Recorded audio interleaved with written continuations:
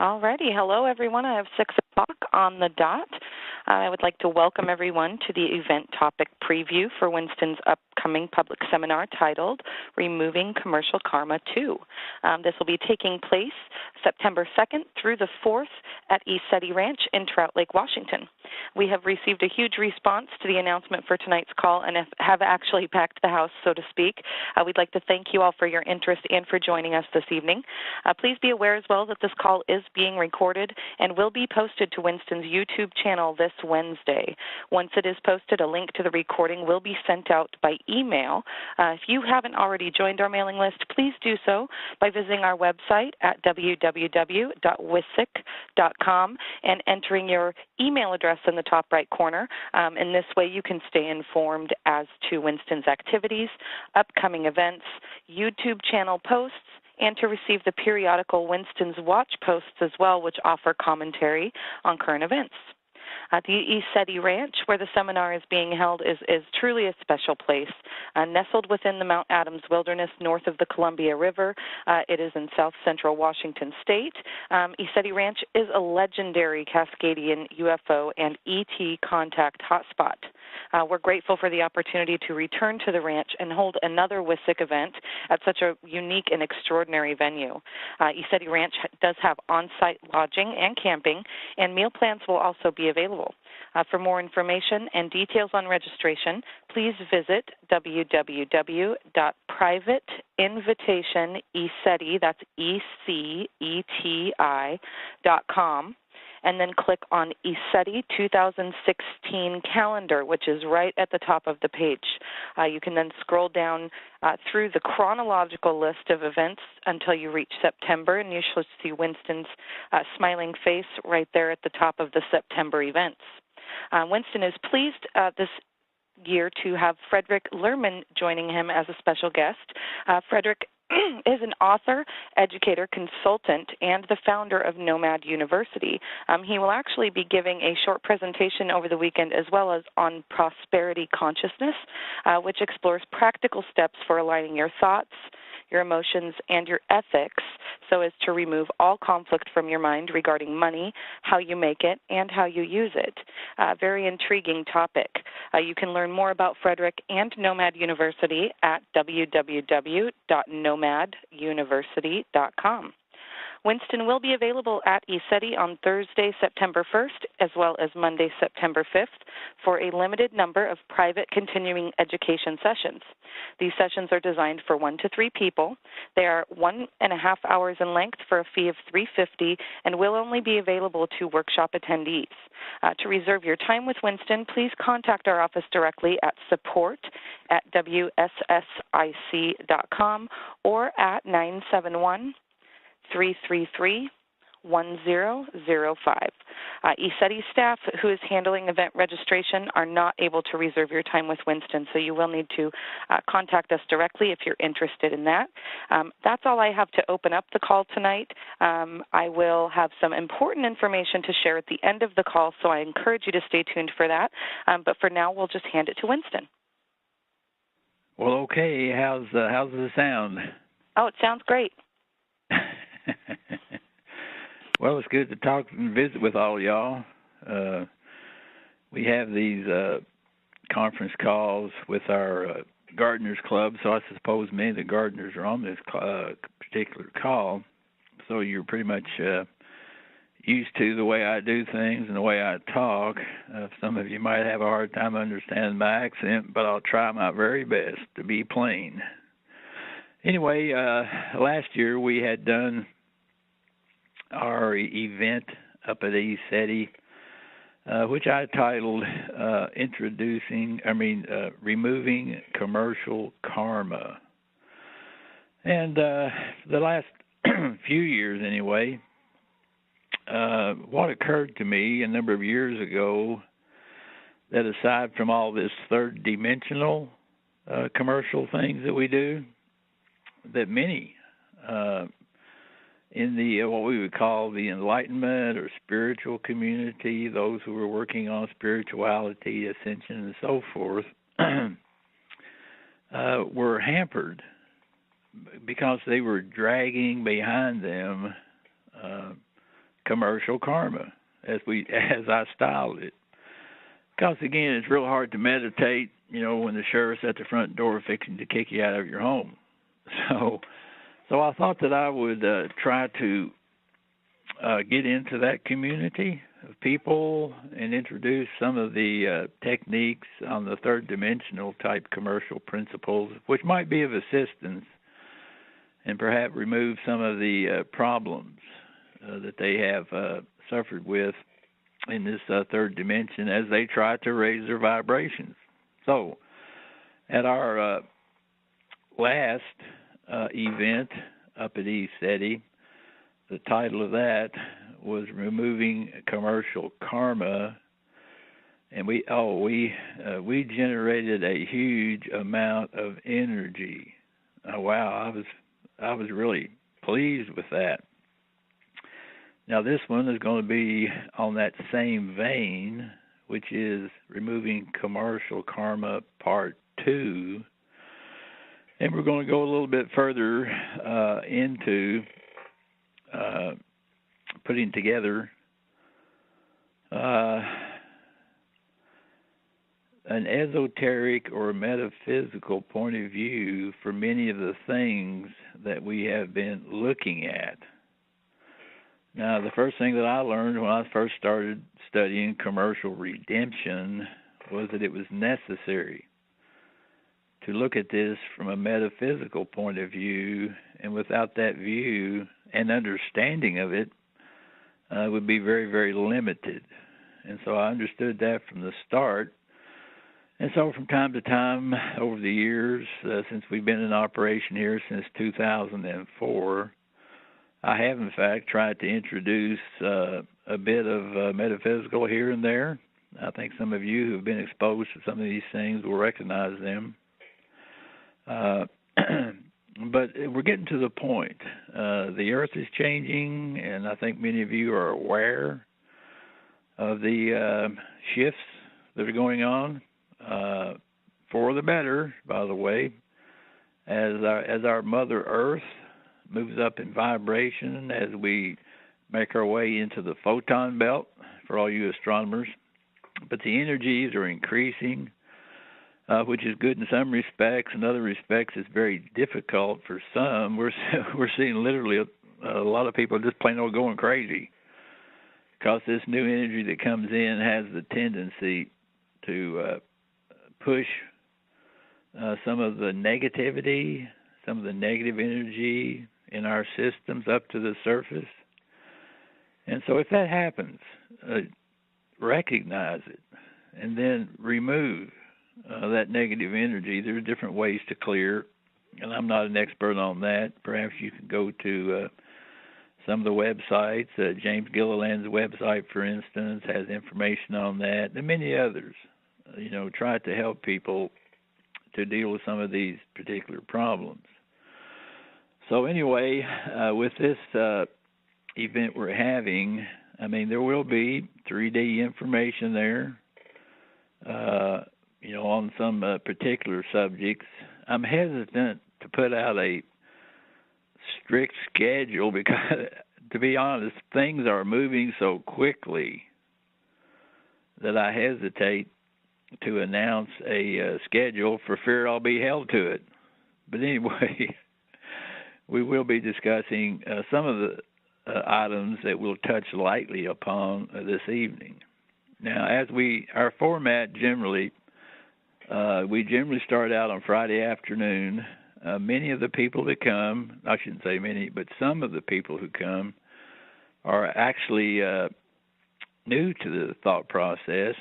And so to facilitate and to kind of get them into an idea of some of the basics, then usually on Friday afternoon we'll hold perhaps a 3-hour or maybe longer kind of lecture / workshop to go over some of the basic elements that people are confronted with when they first come onto this thought process. So that would be Friday afternoon. And then as, excuse me.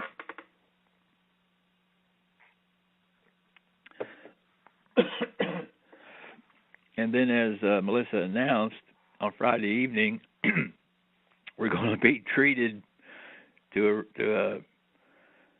a interesting experience. Frederick, again, is the creator of the Nomad University, and you can go and look at his website. I just want to read, to give you an idea, I just want to read here one of the first paragraphs on his website. He said, Nomad University is an international network of outstanding teachers allied with an open global community of self-directed students. We do not offer standard academic degrees. In fact, in our school, it is the students who grade the teachers. The teachers can pass or fail. Good teachers get to teach more, while the bad ones go away and stop bothering the students. Now, if that gives you the idea, or an idea, that Frederick is an out-of-the-box thinker, then you would be right. I think Frederick is probably listening. Frederick, are you listening here? If you can just key in and say hello. Yes, I am. Okay. Good, that's working. Well, say hello to the audience here and say just a few words because we need to go along, but perhaps you can just say a few words to us. All right. Well, actually, I'm very pleased that you read that quote because that was recently just added to the website, and it's the first time I've heard it spoken by someone else. But I think most of us who survived our school experience either had a wonderful time with it, and I find that to be a very small number of people, and the rest of us suffered through it with a certain amount of stress and anxiety being the main characteristics of the experience. And I'm very excited about spending some time with Winston and James Gilliland and speaking within the space that they create because they are extremely interesting people. Therefore, they're the kind of teachers that I look for. And I find that the subject matter is less important than the way in which the teacher embodies that subject matter. Because as children, we are inspired by people who fascinate us, and I think that's the key to good education.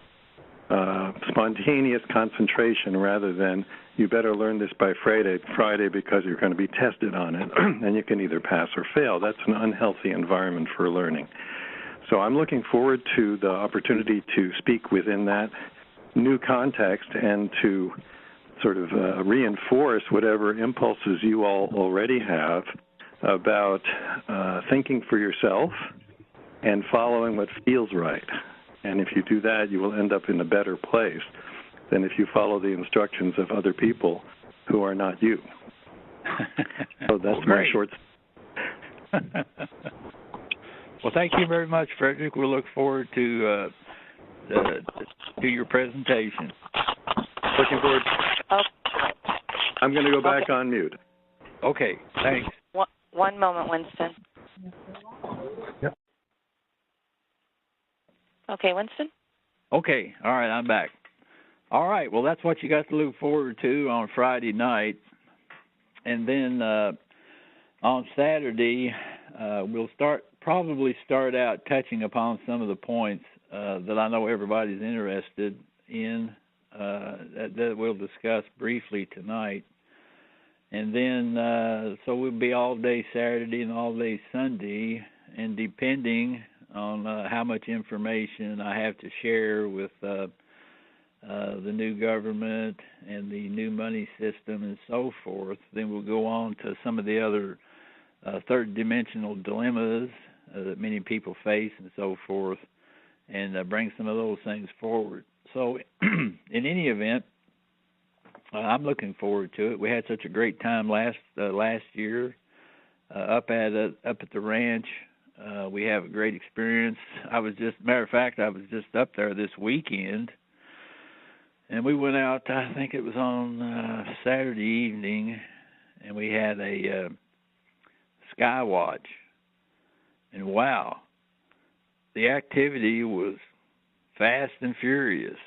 I mean, and if any of you have been there and looked over at Mount Adams, you know that there's a doorway that the ships go in and out of, and that whole mountain was alive. They were crawling with ships over there, some of them very, very bright. And I also saw something I never had seen before. That was that some of the ships that were queuing up to go in through that doorway were actually messaging back and forth with light beams to some of the ships that were overhead. I've never seen that done. But in any event, talking to James about it, he was pretty excited, as we all were. And we had thought in our minds or in our conversation that because of the activity and the apparent excitement going on above, that there were big events happening here below. So we'll go over some of that here just shortly to kind of give you an idea of what we have going on. Now, so that's kind of the general gist of how the seminar is going to go, and look forward to seeing as many of you out there as can get there. And we'll try to give you as much information that may be useful to you in your lives as possible. All right, well, let's get on to the recent news, if I can give that to you. And I don't know how far back I need to go with this audience, but perhaps I should back up just a little bit. Some of you may not be familiar with what has caused the recent events. And so for that reason, I'll go back and review some of our past history. Not very far back. I don't think I'm going to go all the way back to 1776. But to just say that the original intent of what's known as the Founding Fathers, most of whom were Scottish Rite Freemasons, but the announced intent was to create a republic form of government. Now, as I have pointed out, if you look closely at history, you'll see that that's not the case. We've never had a republic, never have had. What we have had is certainly short of that. Now, if you get down into our present time, as you follow the various historical events, we come down to our present time.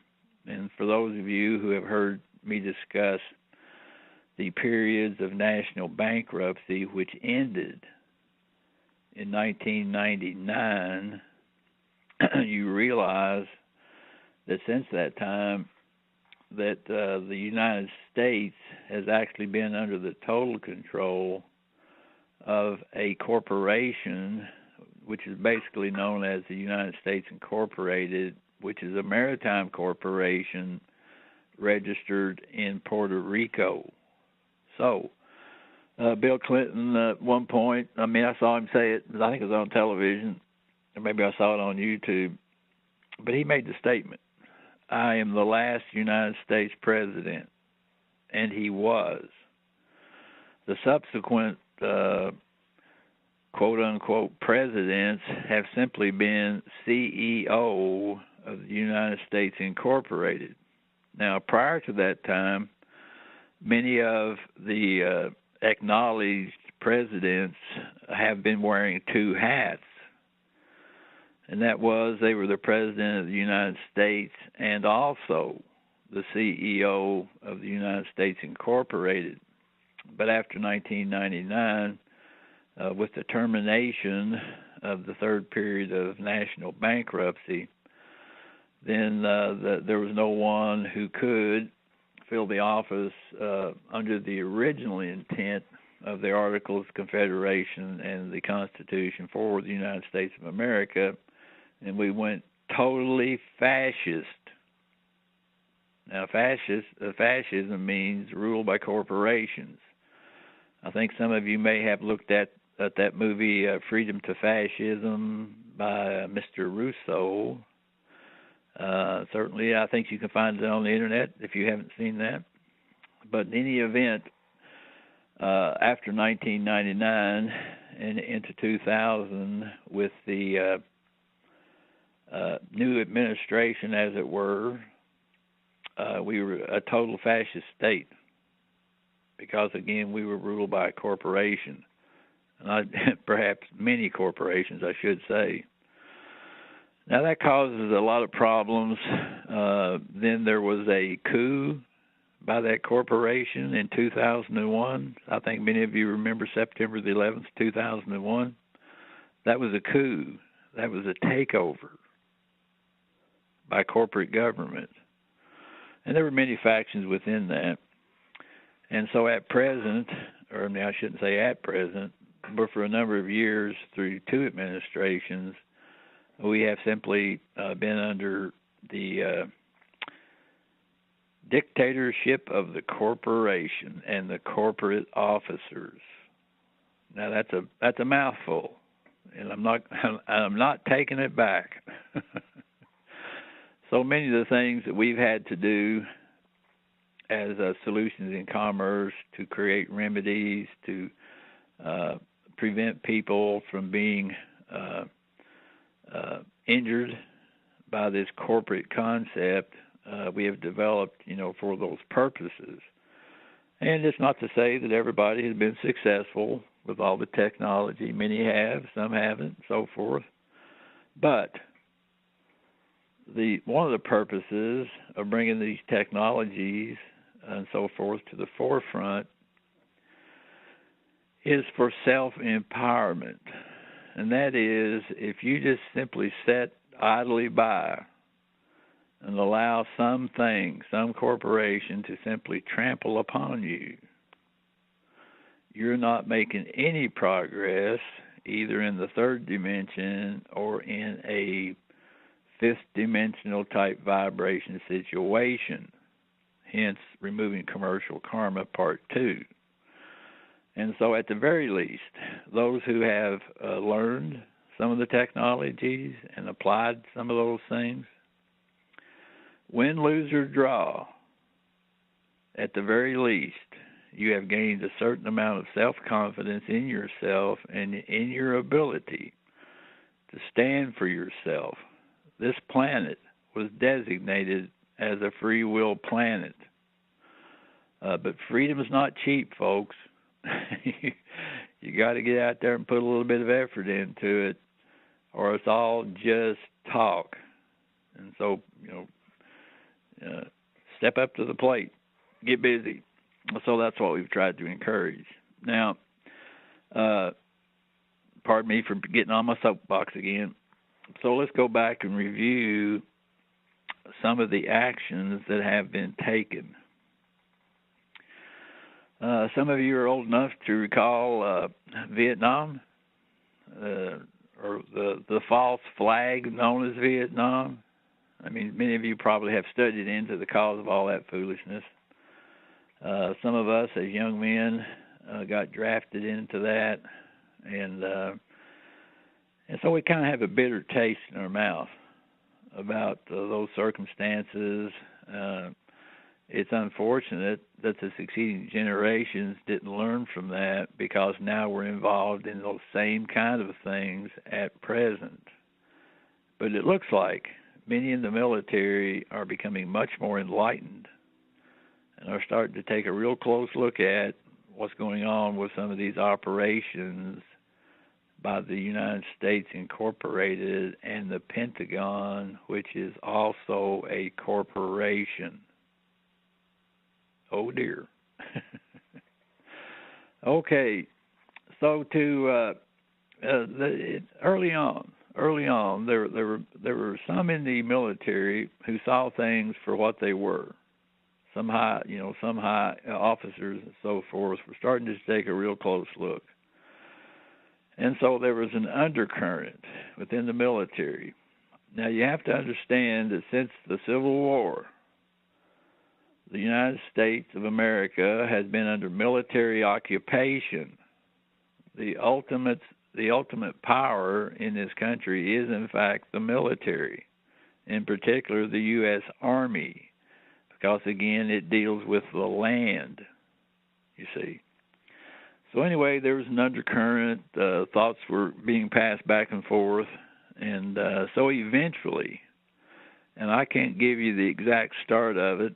I've known about it perhaps for 7 or 8 years now. But at some point, the U.S. Army created and staffed a complete structure for a republic.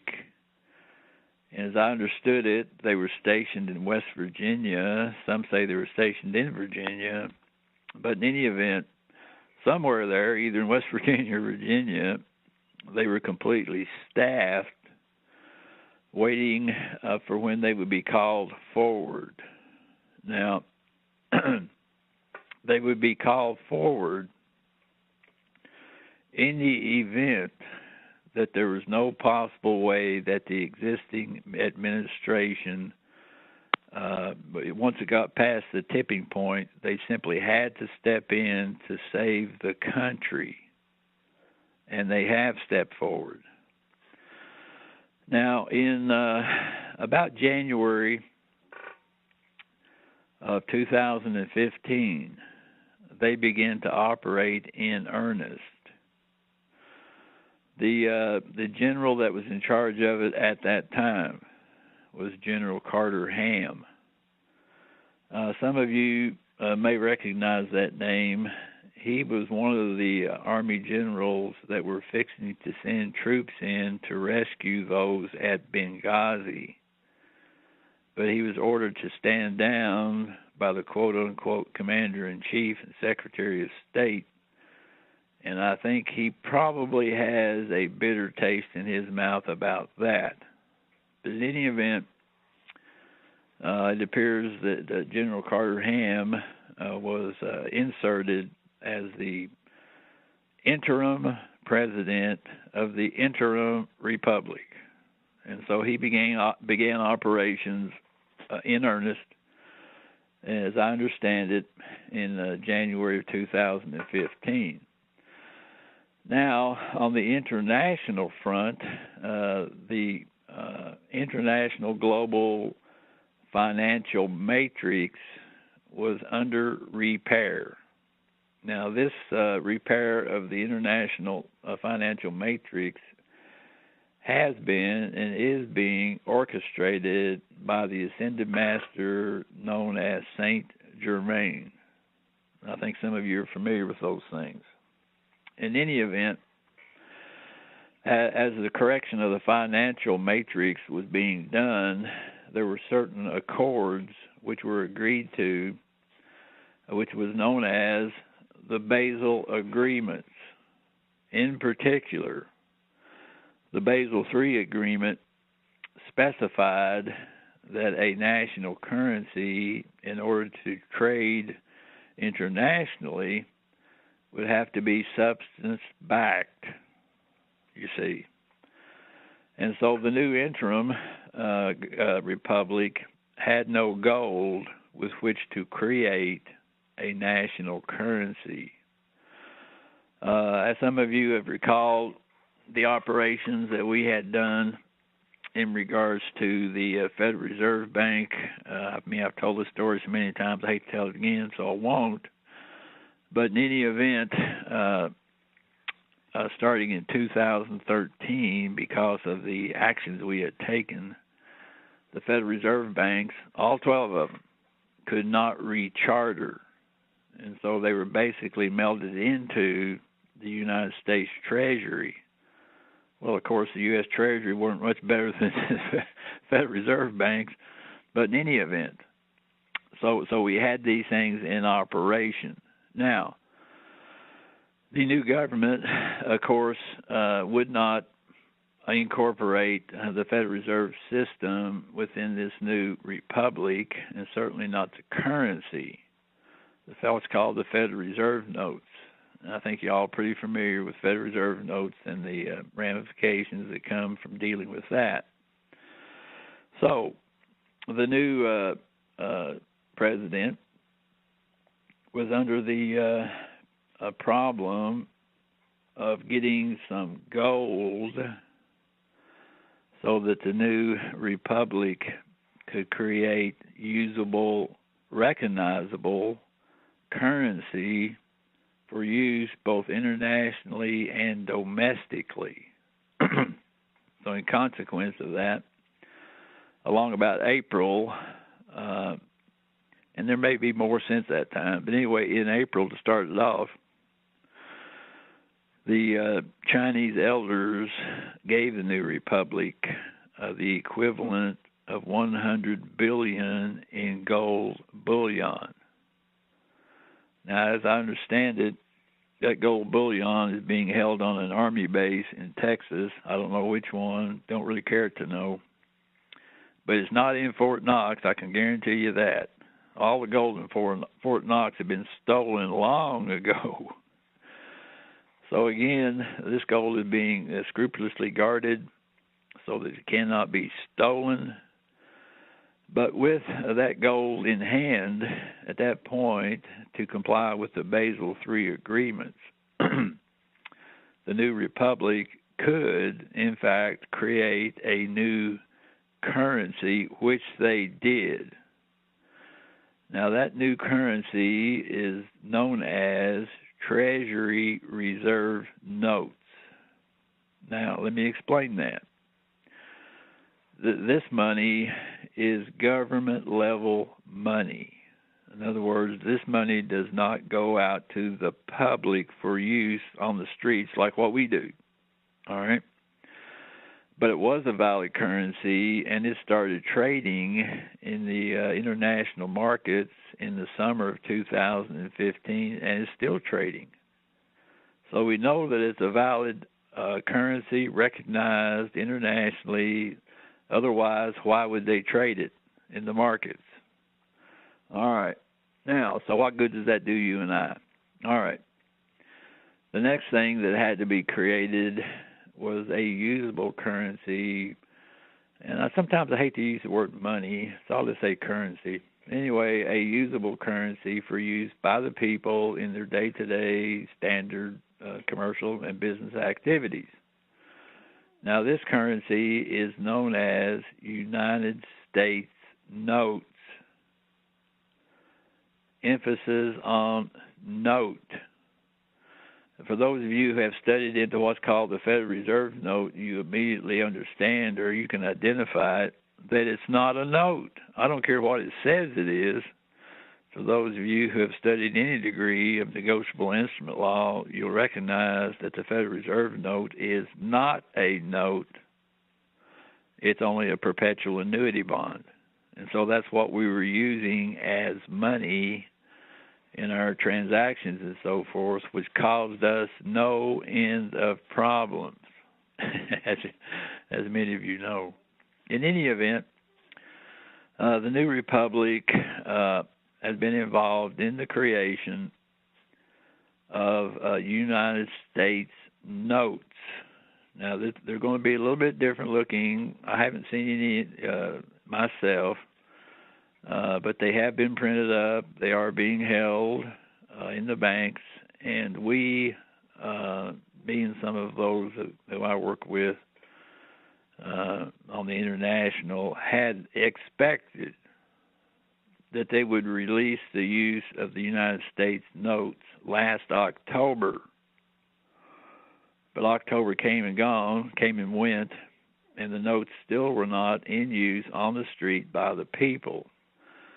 So we're scratching our heads trying to figure out why that is.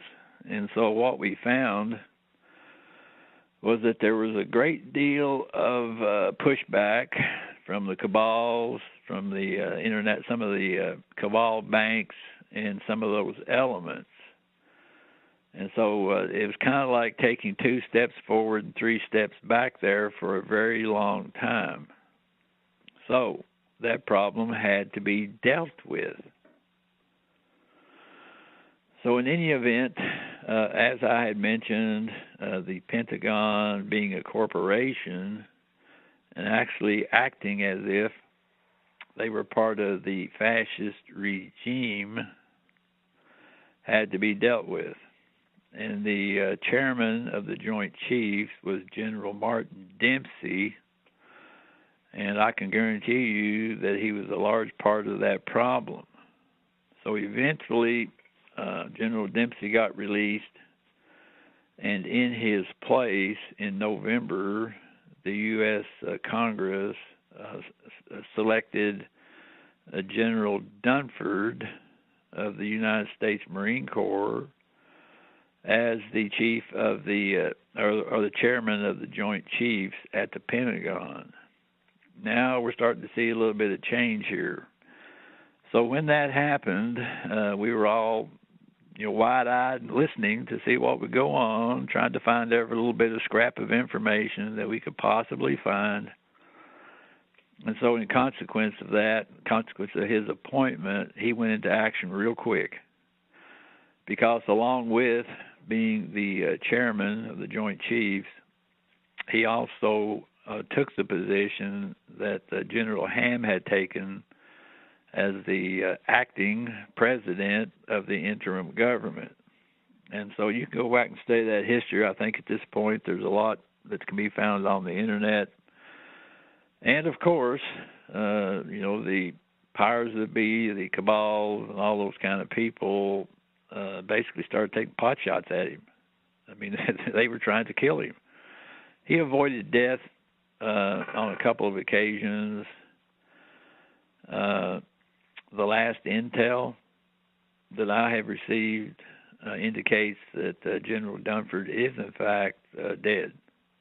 Now, I can't, swear to that, but the last intel that I had gotten indicated that it happened, and so I assume, even though I don't know, I don't have any intelligence on this, but I assume that General Ham probably took that back up. I don't know that for a fact, but anyway, it only makes sense to me. In any event, some of the things that accomplished by General Dunford, number one, he shut down the Federal Reserve completely. They pressured the CEO of the United States Incorporated to resign. General Dunford did, in fact, take over the White House, and there for a time, General Dunford was flying around on Air Force One, if that gives you an idea. You see, sometimes you just have to take the little bits and scraps of information that you find and make deductions and make conclusions from the things, from the small things that you see. Now, as we roll into our present situation here, this being an election year, there's a lot of excitement. I mean, we have the leading candidates, as we suppose, to be Mr. Trump and Mrs. Clinton. Rest assured, neither of those will be the elected president of the new republic come November. That will not happen. Now, let me give you a quick rundown on some of the things that happened in the interim, because there's been so much shifting going on, it's really hard to keep up with it. And a lot of it, again, you just have to use left-handed information and intel to draw conclusions from.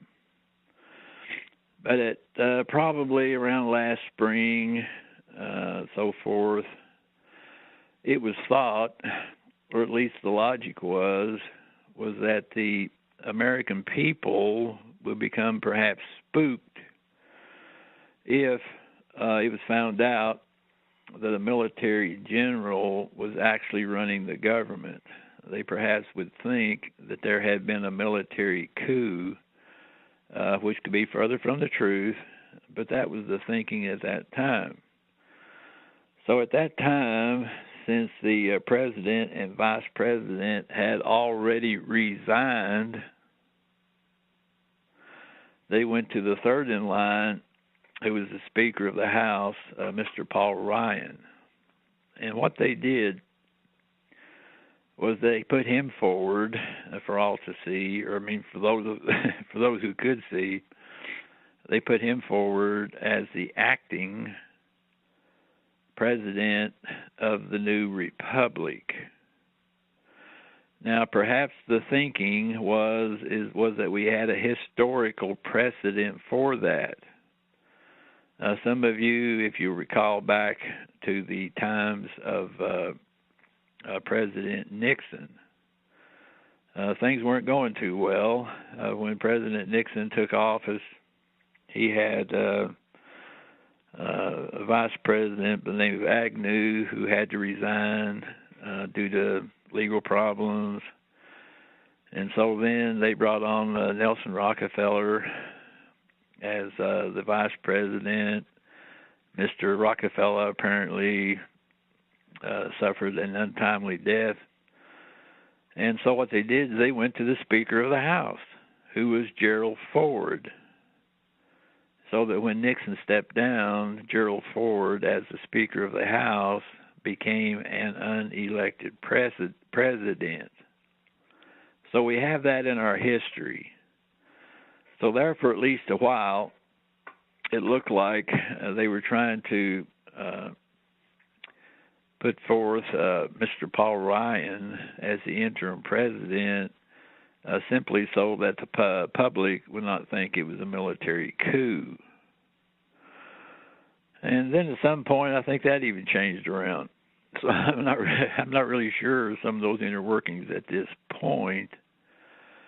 But regardless of who took the nomination at the GOP, let me suggest that that individual, Mr. Trump, will in fact step down. At that point, Mr. Paul Ryan will step forward, and I believe that he will become elected in November as the next United States president. I'm giving pretty good odds on that. But in any event, one of the things certainly that will be executed upon when he takes that position will be Nesara. Some of you know about Nesara. Some of you perhaps don't, but it's an acronym. It's a National Economic something. I can't remember what it all is. But anyway, it was signed into law by the last United States president, who was Bill Clinton. He signed it into law, and they had intended to start executing upon it, but the only thing that prevented them from doing it was when they, on September the 11th, they took down the Twin Towers, which were the offices for those who were working on the Nesara were located. So that set that effort back quite a ways. But here we are now, finally in 2016, going into 2017, and that will be executed upon. So if you want to go and study that, look up the provisions. They're very, very favorable for the people. And so you can go look that up. Just for those of you who don't know that, let's look up Nesara and look at the various websites and so forth, some of which are complete baloney. So you got to sift through it, go into your heart and look at those things and look at some of the history of it. There's quite a bit of history, and we'll go over some of that history up at the seminar at ECETI. But in any event, go into the history of it and take a look at it, because I think you will be very, very pleased.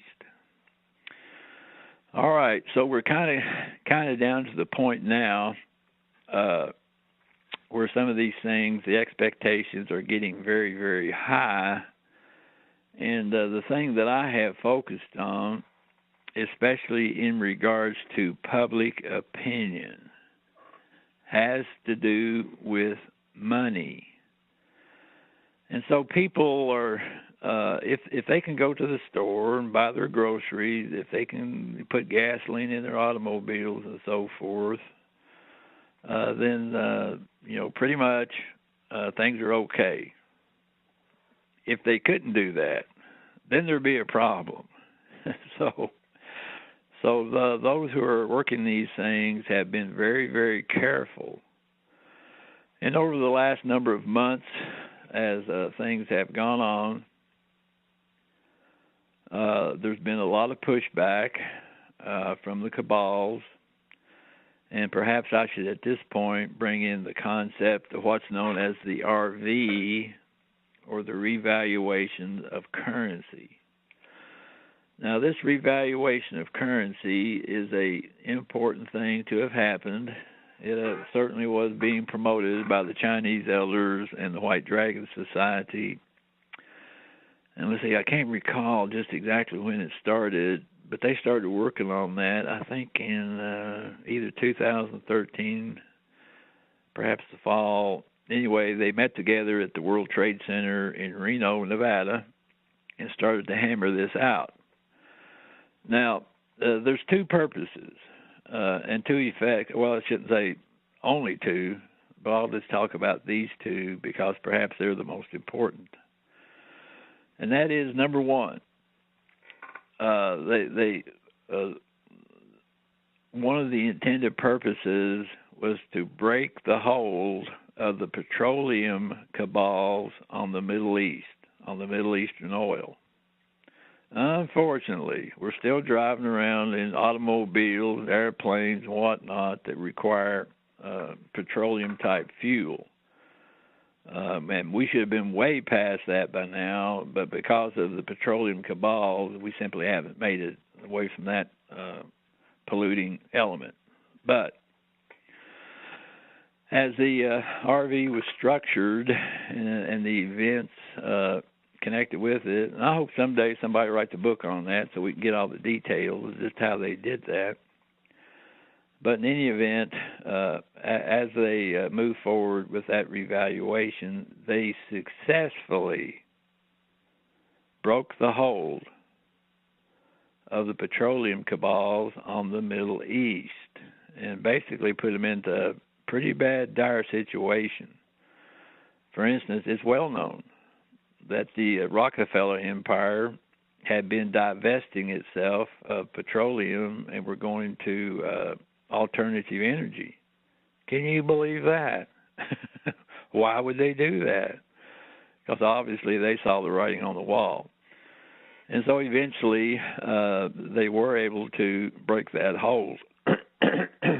Now that's really an important thing, because if we can break the hold not only of the Middle Eastern oil and with the efforts of the Chinese elders and so forth to bring out and put into production what people generally call free energy devices, not only for your home, but for your means of transportation, then we will have accomplished a great thing. So what was done with that RV was ever so important for us to make progress in those areas. Now, the second element of the RV that I like to talk about has to do with taking control away from the central banks.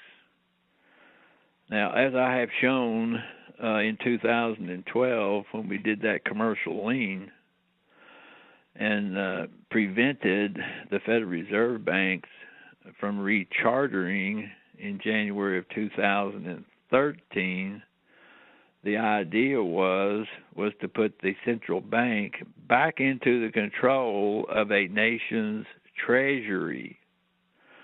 Because all over the planet, all these countries have their own central banks. And if you'll go and investigate this, you'll find that these central banks have done nothing but rape the country of their assets. And they do it in various means and so forth, as you can well imagine. All right. So it was actually the central banks that were, how regulating a nation's either prosperity or disparity, because it's the central banks that were keeping all of these, what we call third world countries, in poverty. That's who was doing it. The central banks were doing it by manipulating the currencies. So in consequence of that, it's obvious that if you want to get past that problem, that you're going to have to get the central banks under control. All right. So what they did with the revaluation of the currencies, they went into each country, each nation, and evaluated certain elements within that country. Number one was perhaps the gross national product. In other words, what were the people really making that could contribute to international commerce? Number two, they looked at natural resources in the ground, perhaps timber, precious metals, I don't know what all. And so they evaluated a particular country based on those elements and perhaps some others. And from that, they rated their currency in a hierarchical manner. So in other words, if a country had good manufacturing, they were producing, they had perhaps good natural resources, even oil, like, for instance, in Iraq. In any event, they rated on a hierarchical scale the value of a nation's currency and took that power away from the manipulation by the central banks. So now we have a stabilization. And these countries that have been under the thumb of the cabals and the banks and so forth now come out from under that. And so regardless of the particular money of a country, such as a third world country, it's now competitive with the currencies of other countries, of the Europeans, the North Americans, American and Canada and all that kind of thing. So that is the method that is being used to bring what we call third world countries out of poverty. That's how it works. That's how it's going to happen. Now, in order to do that, and I don't want to get into the technicalities of this next part because I don't understand all of those technicalities. In certain instances, some of the currencies of some of those countries were offered for public sale. And many people in the United States and other places, even governments, actually there's 5 tiers. It's a 5-tier system of investors in those currencies. And people on the street like you and I know some of you have invested in some of those currencies. But in any event, people like you and I are tier 5. So you will get paid last. Now don't be upset by that. Probably you're going to get paid this week. There's been a lot of pressure on, as I had mentioned, for a long time. It was 2 steps forward and 3 steps back with much of that. But the opposition to this is slowly but surely being removed.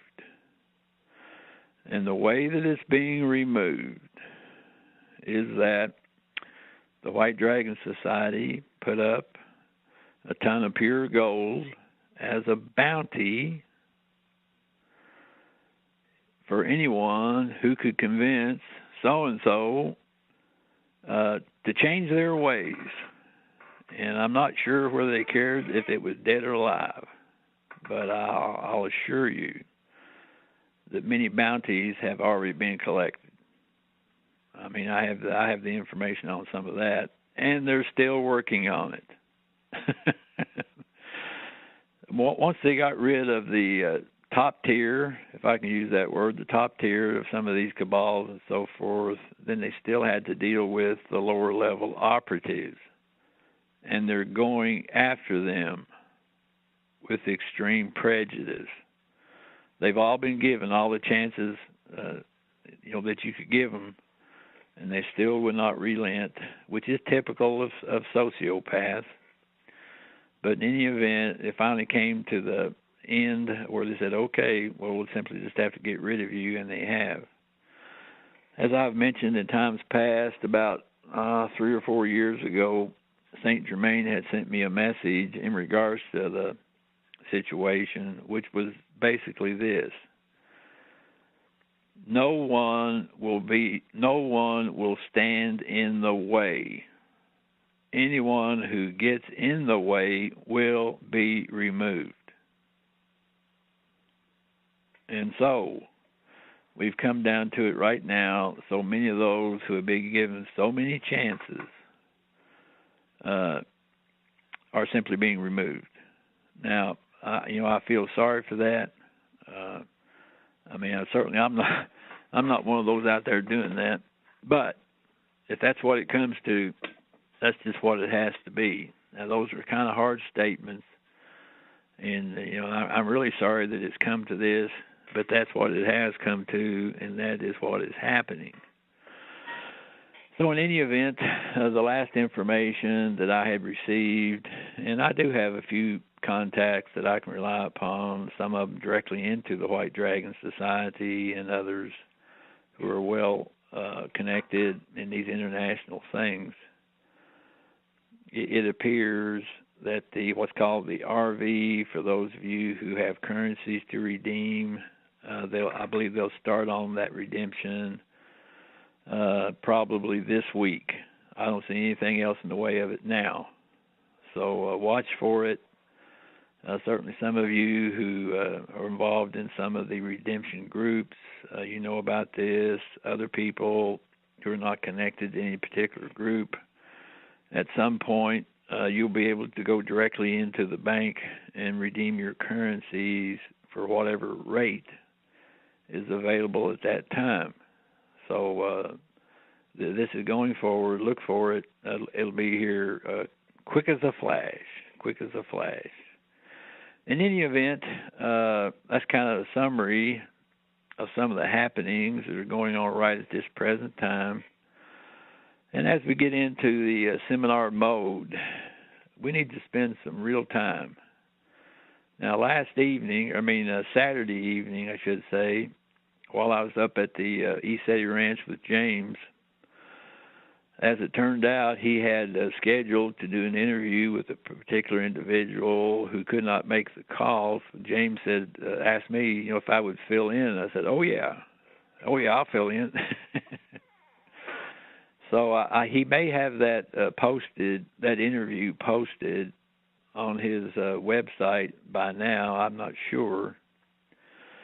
But in any event, what I was trying to stress in that particular interview is the necessity of the people to approach this whole thing, this new republic and all these things, from a moral point of view. We have been involved for the last number of years, even decades, in gross immorality. And I'm not talking about internet porn and all that. I'm talking about the way we conduct our lives.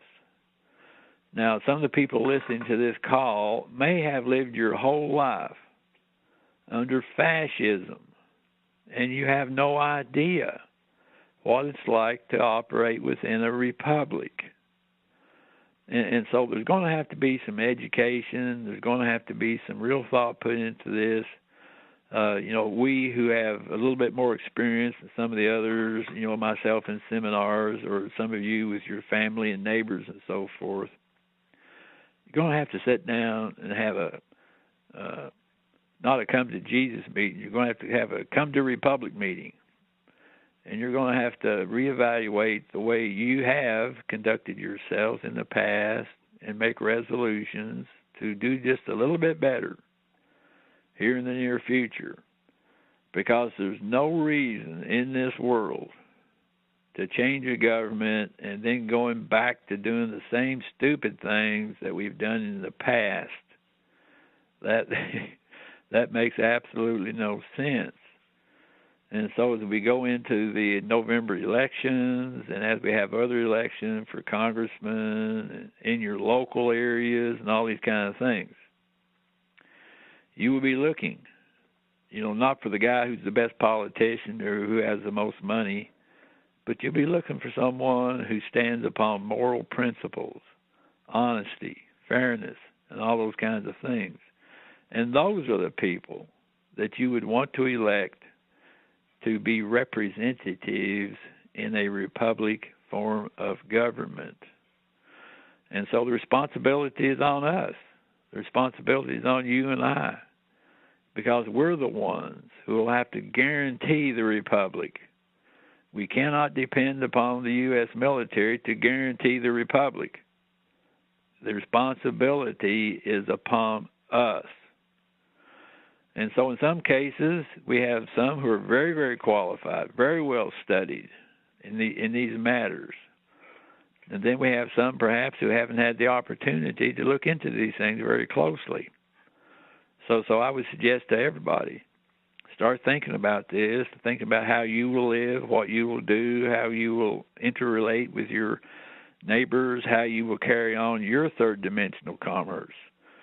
Because these things are all necessary if we expect to see a success of this new enterprise that we're entering into. So I see our time is kind of spent.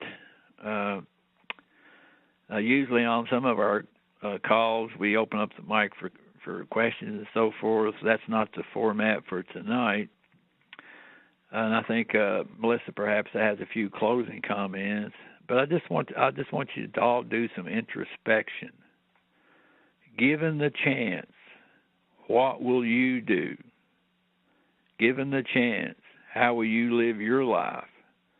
And when you come out from under this problem that we've lived with for all these years, I mean, there's going to be some scars. There's going to be some karma that we might have to answer for. Of course, at our seminar, I'm going to show you about that. But in any event,